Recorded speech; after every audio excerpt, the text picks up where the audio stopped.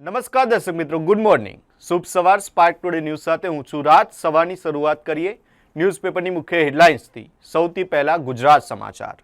મધ્ય પૂર્વમાંથી થતી નિકાસ ખોરવવાની ઈરાનની ધમકી. શહેરમાં જગન્નાથજીની રથયાત્રા પૂર્વે પોલીસ બંદોબસ્તનું રિહર્સલ કરવામાં આવ્યું. ટ્રાફિક જામ થયો ત્યારે જ ધડાકાભેર ટ્રક ઘૂસી જતા 4 વાહનોનો કુરદો બોલી ગયો છે. કોમર્સના પગલે ટેકનોલોજી ફેકલ્ટીએ પણ વિદ્યાર્થીઓ માટે હાજરી ફરજિયાત કરી.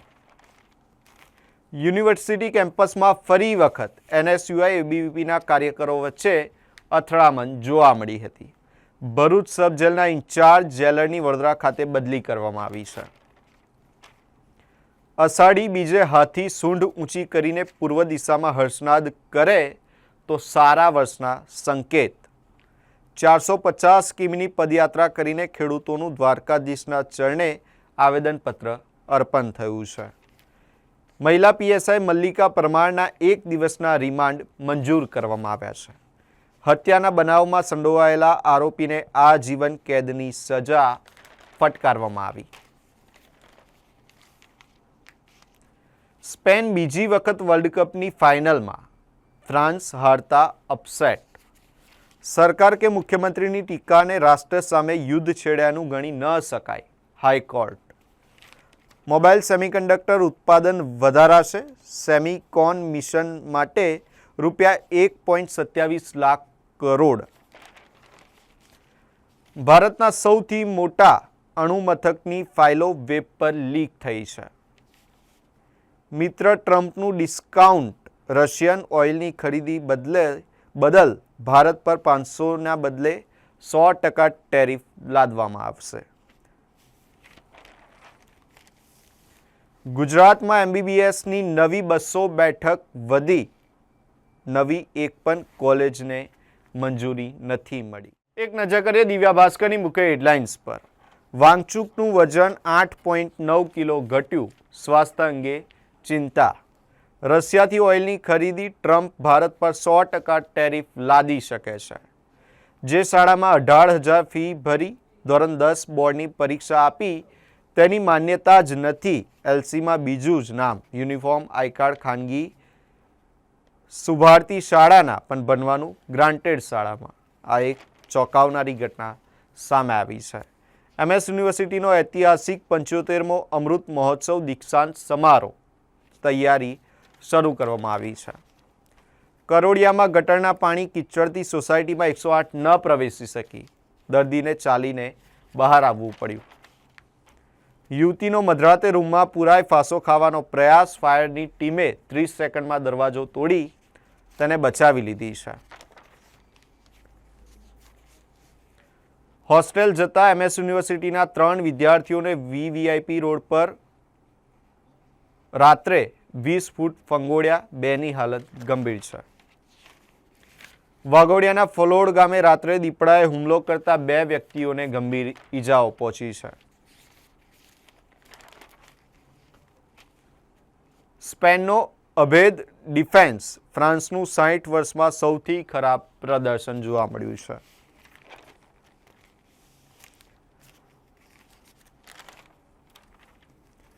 પીઓકે. પાકિસ્તાન સેનાનો રેલી પર ગોળીબાર. 12ના મોત અને 38 લોકો ઘાયલ થયા છે.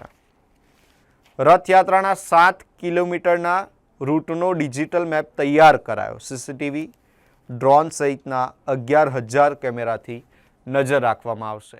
એક નજર કરીએ ગુજરાત મિત્રની મુખ્ય હેડલાઇન્સ પર. સુરતના પૂરગ્રસ્ત વેપારીઓને રૂપિયા 1 લાખ સુધીની સહાય આપવામાં આવશે. સેમિકન્ડક્ટર ઉત્પાદનને વેગ આપવા રૂપિયા 1.27 લાખ કરોડની યોજનાને મંજૂરી મળી છે.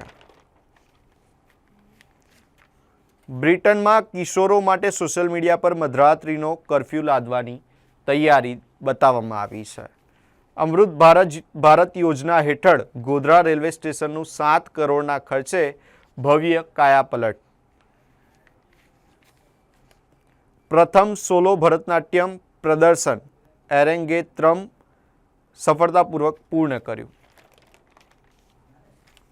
કપડવંજની નર્મદા નહેરમાં 2 માસૂમ સંતાનો સાથે જનેતાએ ઝંપલાવ્યું. સરદાર પટેલ યુનિવર્સિટીમાં પ્રવેશ માટે રજિસ્ટ્રેશનની મુદત લંબાવવામાં આવી છે. દેવગઢ બારિયા નગરપાલિકાની પેટા ચૂંટણીમાં 6 બેઠકો માટે 30 જેટલા ઉમેદવારોએ ઉમેદવારી પત્રો ભર્યા છે. કરજણ નગરપાલિકાની કાર્યવાહીમાં બેવડા ધોરણોનો આક્ષેપ સામે આવ્યો છે. જર્જરિત આંગણવાડીની દિવાલ ધરાશે, 2 બાળકીઓ ઈજાગ્રસ્ત થઈ છે. નસવાડી તાલુકાના ખેંદા ગામેની આ ઘટના છે. બંગાળની ખાડીમાં નવી સિસ્ટમથી રાજ્યમાં ફરી વરસાદી માહોલની આશા જાગી છે. જન્મદિવસે પણ મુખ્યમંત્રી ભૂપેન્દ્ર પટેલ જનસેવામાં જ વ્યસ્ત રહ્યા. ડાકોરમાં જય રણછોડના ગગનભેદી નાદ સાથે શ્રીજી નગરચર્યાએ નીકળ્યા હતા. ફ્રાન્સને 2-0થી હરાવી સ્પેન 16 વર્ષે ફાઇનલમાં પ્રવેશ્યું છે. હવે એક નજર કરીએ લોકસત્તા જનસત્તાની મુખ્ય હેડલાઇન્સ પર. ભારત ઉપર અમેરિકા 100% ટેક્સ લાદશે. પીઓકે ભડકે બળ્યું. 1 લાખ લોકો રસ્તા પર. પાકિસ્તાની સેનાની કાર્યવાહીમાં 9 લોકોના મોત નીપજ્યા છે. 7 કિલોમીટરના રૂટ પર પોલીસનો ત્રિનેત્ર દ્વારા લોખંડી બંદોબસ્ત ગોઠવાયો છે. દર્દીને કિચડમાંથી ચાલતા લઈ જવા પડ્યા. વોર્ડ નંબર 8 કરોડિયાની જય અંબે અને પાયલ સોસાયટીમાં રસ્તાઓ પર સામાન્ય વરસાદ બાદ જ પાણી ભરાયા છે અને કાદવ કિચડમાં આ પરિસ્થિતિ સર્જાઈ છે. તાંદલજા તળાવ કિનારે મગર બાદ મહાકાય અજગર દેખાતા ફફડાટનો માહોલ જોવા મળ્યો છે. દાહોદ નગરમાં આજે ભગવાન જગન્નાથ રથમાં બિરાજમાન થઈ દિનચર્યાએ નીકળશે. ગરબાડાના દાદુર ગામનો યુવક દેશી હાથ બનાવટી પિસ્તોલ સાથે પકડાયો છે. સીસી મહેતા ઓડિટોરિયમ બહાર ફરી વિદ્યાર્થી જૂથ વચ્ચે મારામારી જોવા મળી. અતિકાએ પ્રથમ ભારતીય રેસર તરીકે ફોર્મ્યુલા 1 જુનિયર રેસરોને સ્તબ્ધ કર્યા છે. સ્પેન ફ્રાન્સને 2-0થી હરાવી ફાઇનલમાં પહોંચ્યું. અમદાવાદ એર ઇન્ડિયા વિમાન દુર્ઘટના પાયલટની વાતચીત જાહેર નહીં થાય. જીએસટી રિટર્ન ભરનારા દુકાનધારકોને ₹1 લાખની રોકડ સહાય આપવામાં આવશે. અસાન ધારા હવે સ્પેસિફાઈડ એરિયા તરીકે ઓળખવામાં આવશે. વડોદરામાં ભાજપના ઉમેદવાર સમક્ષ રોડ અને સફાઈના પ્રશ્ને રહીશોની ઉગ્ર રજૂઆત. અંતે એક નજર કરીએ સંદેશની મુખ્ય હેડલાઇન્સ પર. અમેરિકાના હુમલામાં ઈરાનમાં 35થી વધુના મોત નીપજ્યા છે. જોધપુરમાં 4 બસ ડિટેન. ગુજરાતના 250 અમરનાથ યાત્રિકો રજડ્યા છે. વડોદરા જિલ્લામાં 78,200 હેક્ટરમાં ખરીફ પાકનું વાવેતર કરવામાં આવ્યું છે. આવશ્યક ચીજવસ્તુઓની સંગ્રહખોરી કરનારની ધરપકડ કરવામાં આવી છે. ચાકુથી યુવકની હત્યા કરવાના કેસમાં આરોપીને આજીવન કેદ અપાઈ છે.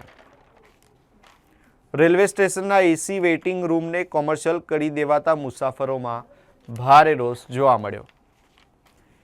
પીઓકેમાં પાકિસ્તાન સામે બળવો. જેએએસીની અલગ દેશ બનાવવાની જાહેરાત કરાઈ છે. ભારત અને બ્રિટન વચ્ચે એફટીએ લાગુ. ભારતથી બ્રિટનમાં 99% ચીજવસ્તુઓની 0 ટેરિફ પર નિકાસ કરવામાં આવશે.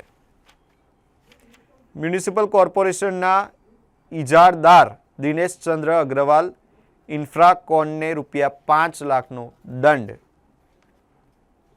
ભક્તિ, આસ્થા અને ભારે હર્ષોલ્લાસ સાથે આજે જગન્નાથજીની 149મી રથયાત્રા પ્રસ્થાન કરશે અને જે હાલ અમદાવાદમાં પ્રસ્થાન થઈ ચૂકી છે.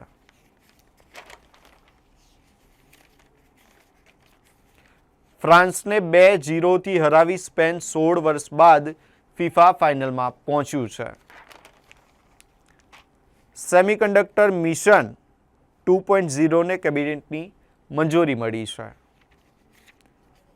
7 કિલોમીટર રૂટ પર બોમ્બ સ્ક્વોડથી ચેકિંગ, સંવેદનશીલ વિસ્તારોમાં ડ્રોનથી ધાબા ચેક કરાયા.